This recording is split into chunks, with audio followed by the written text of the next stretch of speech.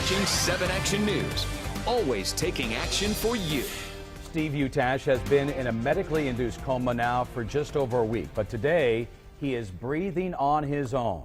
You may remember Utash was brutally beaten last week by a group of people. It happened after he stopped to check on a boy he accidentally hit on Meringue in Detroit. 7 Action News reporter Tara Edwards is live on Detroit's east side and spoke to the family. Tara, what are they saying tonight?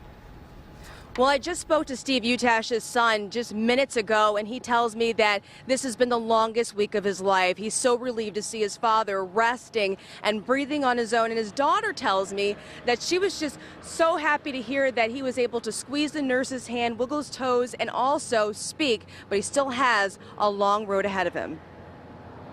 Finally, the good news the family of Steve Utash had been waiting to get.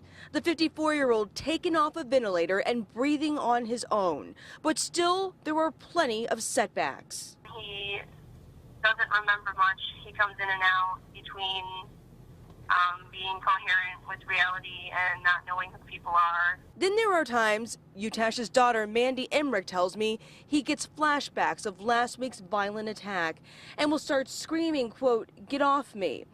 But right now we're told he isn't sure why he's in the hospital and his memory is sometimes cloudy. He does look at me and say, "You're my daughter, Mandy. Mandy Marie, you're my daughter. God give me a daughter, you're my daughter."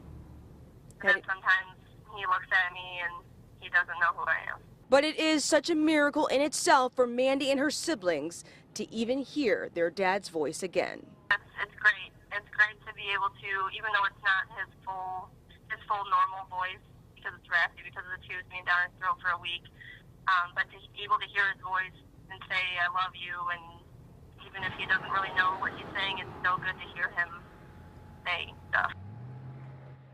And Mandy tells me that her dad is on pain meds and that could be making him a little delirious. So right now it's unclear if he has any long-term damage right now. And as Utash's son also tells me that he is so grateful for all the prayers they've been getting, and he believes that that is part of what's making him come so far. Live in St. John Hospital, Tara Edwards, 7 Action News. Okay.